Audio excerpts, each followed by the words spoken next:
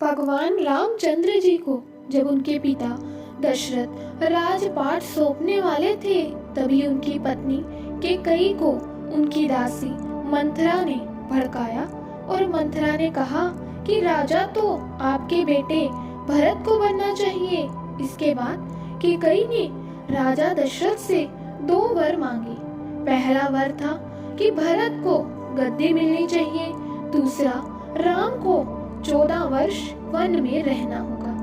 अब राजा दशरथ को अपनी पत्नी के वर पूरे करने पड़े। जब रामचंद्र जी वनवास के लिए अयोध्या से निकले, तब लक्ष्मण जी ने भी उनके साथ जाने की इच्छा जाहिर की।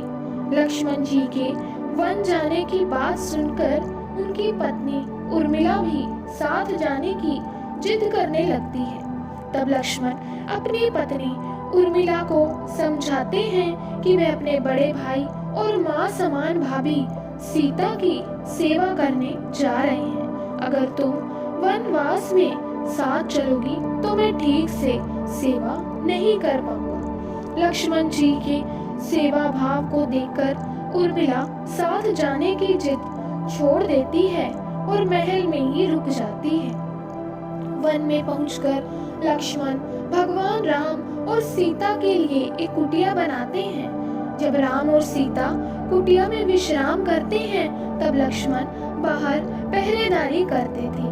वनवास के पहले दिन जब लक्ष्मण पहरेदारी कर रहे थे, तो उनके सामने निद्रा देवी प्रकट हुई। लक्ष्मण ने निद्रा देवी से वरदान मांगा कि वह 14 साल तक निद्रा मुक्त रहना चाहते हैं। निद्रा देवी ने कहा कि तुम्हारे हिस्से की नींद किसी और को लेनी होगी। लक्ष्मण कहते हैं कि उनके हिस्से की नींद उनकी पत्नी को दे दें। इस कारण लक्ष्मण 14 साल तक नहीं सोए और उनकी पत्नी उर्मिला लगातार 14 वर्ष तक सोती रही। 14 वर्ष बाद जब भगवान राम माता सीता के साथ जब लक्ष्मण अयोध्या वापस आए, तब नींद की अवस्था में रामचंद्र जी के राज तिलक समारोह में उर्मिला भी उपस्थित थी। यह देख लक्ष्मण को हंसी आती है। जब लक्ष्मण से हंसी की वजह पूछी, तो उन्होंने निद्रा देवी के वरदान के बारे में सब कुछ बताया। लक्ष्मण जी ने कहा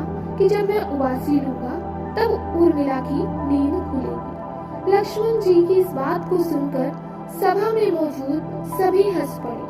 सभी को हंसते देख उर्मिला लज्जावश समारोह से उठकर बाहर चली जाती है।